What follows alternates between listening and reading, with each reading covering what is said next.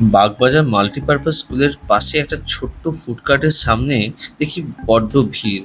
এগিয়ে গিয়ে দেখলাম সেই ফুডকার্টের নাম ব্রোজ কাবাব। জিজ্ঞাসা করলে জানতে পারি তারা কয়েকটা বন্ধু মিলেই এই ফুডকার্টটা খুলেছে এবং চোখের সামনেই নানা রকম ভ্যারাইটি কাবাব বানিয়ে পরিবেশন করছেন, আর সেটাও খুব পকেট ফ্রেন্ডলি দামে। 60 থেকে 70 টাকার মধ্যে নানা রকম কাবাবস পেয়ে যাবেন।